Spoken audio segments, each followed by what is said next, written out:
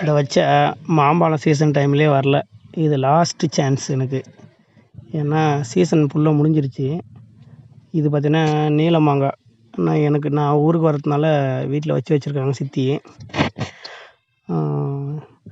நல்லா சூப்பராக இருக்குது நீல மாங்காய். நான் இதெல்லாம் சாப்பிடவே மாட்டேன் சீசன் டைமில் வந்தேன்னா. ஏன்னா ஒரு 1.5 மாதத்துக்கு மேலே நான் வரவே இல்லை. அதனால் செந்தூரா, பயனப்பள்ளி, அல்போன்சா எல்லாம் காலி ஆகிடுச்சி. சீசன் சீக்கிரம் முடிஞ்சிருச்சு. நான் இப்போ தான் 2 நாள் ஆச்சு ஊருக்கு வந்து. அதனால் அந்த பழமெல்லாம் காலி ஆகிடுச்சி. நீல மாங்காயும் ஒட்டு மாங்காய் பெங்களூர் ஆணுவாங்க, அது 2 மட்டும்தான் இருக்குது. மீதி எல்லாம் வந்து காலி ஆகிடுச்சி. ரேட்டு இல்லாத சித்தி எல்லாருக்கும் கொஞ்சம் காய் சும்மாவே கொடுத்துருச்சு. எல்லாம் கொஞ்சம் மரத்துலேயே பழுத்துருச்சு நிறையா. நான் அந்த டைம் ரொம்ப லேட்டாக வந்துட்டேன். இடையில நான் 1.5 மாதத்துக்கு மேலே ஊர் பக்கமே வரல.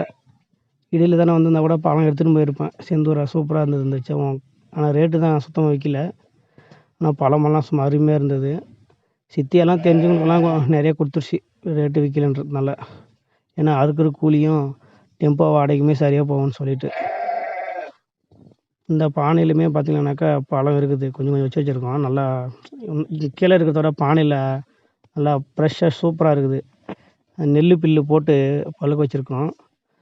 இது கீழே வச்சதும் நெல் பில்லு போட்டு தான் வச்சுருந்தோம். சரி ரொம்ப பழுத்துரும்னு சொல்லிட்டு நான் தான் எடுத்து கீழே வச்சுட்டேன். கீழே வச்சா ஒன்று லேட்டாக பழுக்கும், கரெக்டாக இருக்கும். நெல் பில்லு வச்சு பழுக்க வச்சோம்னா பானையில் மொத்தமாக பழுத்துரும். அப்புறமா மொத்தமாக சாப்பிட முடியாது. இந்த சீசன் முடிஞ்சிடுச்சு. எல்லாருக்கும் எடுத்து கொடுத்துருச்சு பாதி. ஏன்னா வேஸ்ட்டாக போகுது பழம். இதுலேயே பார்த்தீங்கன்னா பசங்க சாப்பிடல நிறைய. ஏன்னா நானே ஊரில் இருந்தேன்னா சாப்பிட மாட்டேன். சும்மா 1, 2 சாப்பிடுவேன். இப்போ ஊருக்கு வந்துக்கிறதுனால 4 பழம் 3 பழம் சாப்பிட்றேன். எங்கள் சித்திட்டு பசங்கள்லாம் 1 தான் சாப்பிடுங்க, பழமே சாப்பிடாதுங்க. ஆனால் சாப்பிட்டா காலி ஆயிரும் போகிறோம். ஏன்னா டெய்லி சாப்பிட்றதுனால பசங்களுக்கு அது இறங்கலை. இதெல்லாம் அழுகி போனது.